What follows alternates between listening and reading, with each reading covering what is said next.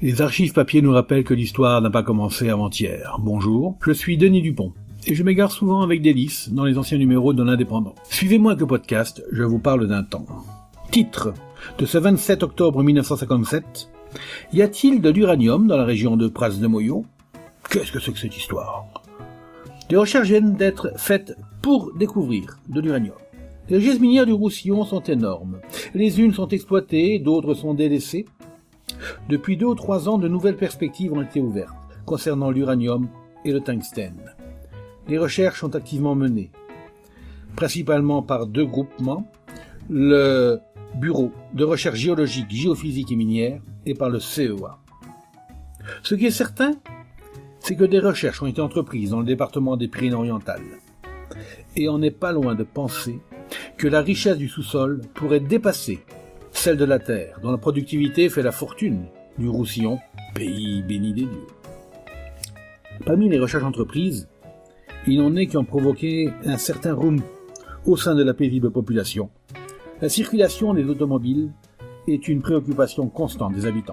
Il y a plus d'un mois, sur l'une des places de Pras-de-Moyo, on a vu s'arrêter un camion immatriculé 79 236 D, mais surtout portant l'inscription « Attention, produit dangereux ». Que pouvait contenir ce véhicule ? On se le demandait, on cherchait à savoir, rien ne transpirait. Et quelques jours après, avec l'autorisation du maire, le camion, dans lequel se trouvait un laboratoire, s'installait sur le terrain dit de la Claparède. Il recueillait des pierres et encore des pierres. Il les triturait, puis les soumettait sans doute également à l'action d'acide très caustique. Pourquoi ? On ignore. On sait seulement que la matière obtenue après ces manipulations était dirigée sur Paris au bureau du CEA, aux fins d'analyse, assurément. Ces pierres ainsi traitées dégageaient une puanteur très forte qui motiva les protestations de la population. Ces protestations furent notifiées au maire, qui se rendit auprès du chef d'équipe pour les lui soumettre. Il demandait en même temps que le camion s'installât par la suite dans un site éloigné du petit bourg.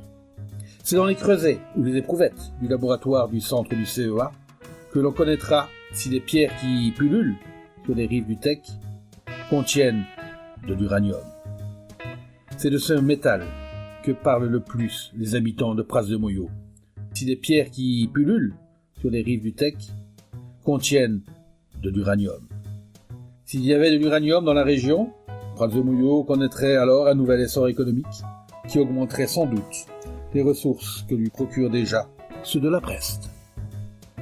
C'était « Je vous parle d'un temps », un podcast produit par l'Indépendant et proposé par Denis Dupont, à retrouver ici même chaque semaine.